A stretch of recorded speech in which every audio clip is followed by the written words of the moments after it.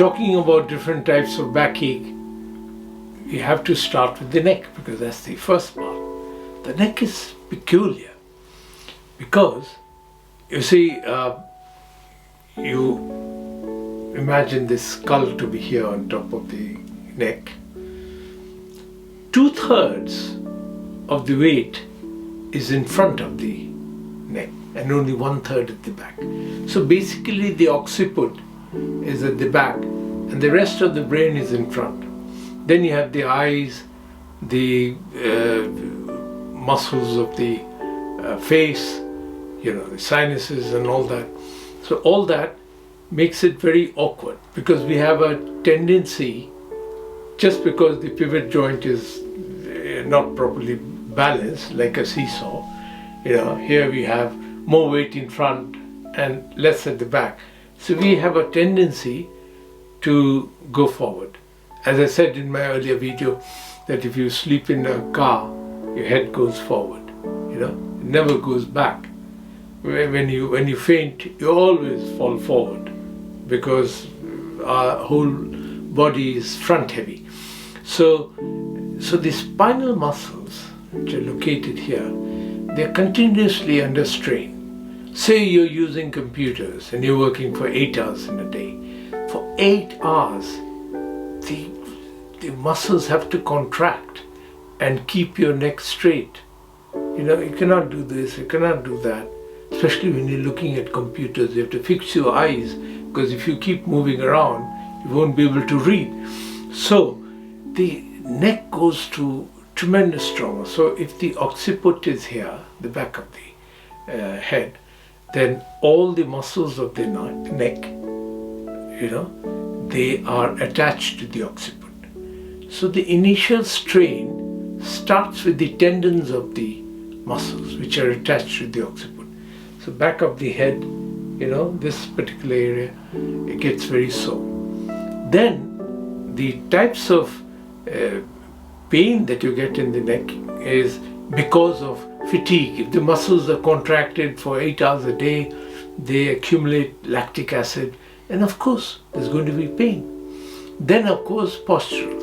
If you look more to the right in a desk job, or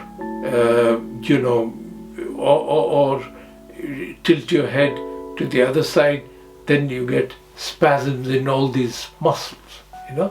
The muscles get strained. You have the sternocleidomastoidus muscles, originates behind the ear and comes to the front here where the collarbone is, and then you have the trapezius, one of the main muscles of the neck, the trapezius, which helps to keep our head straight. They get tired, so they get lactic acid.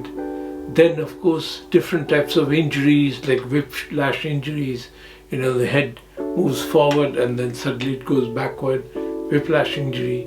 You get that trauma playing football, boxing, and different falls. You fall down the stairs or you hit your head somewhere walking into a door. There are numerous traumas.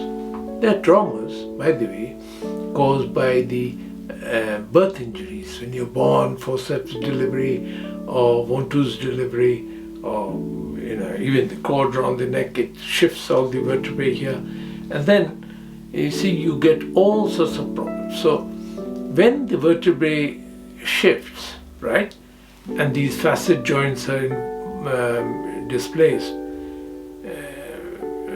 disaligned, then you get awkward positions of the neck, and the muscles try to compensate for that, and they're in continuous strain, and they start hurting.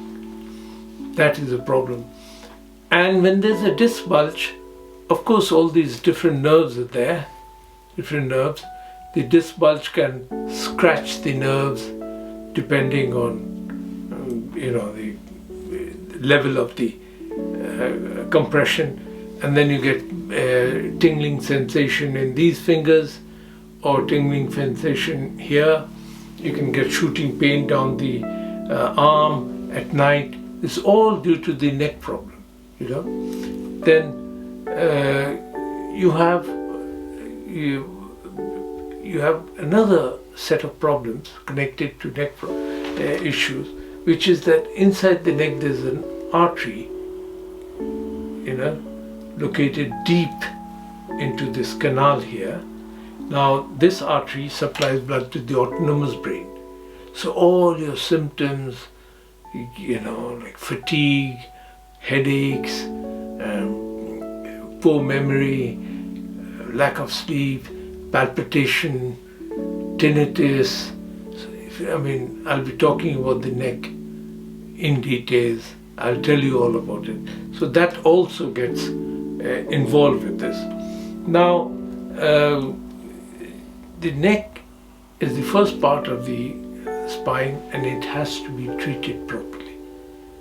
I'll try and demonstrate on different patients or using some model, and I'll tell you how these problems are treated, each type of problem that you get from the neck.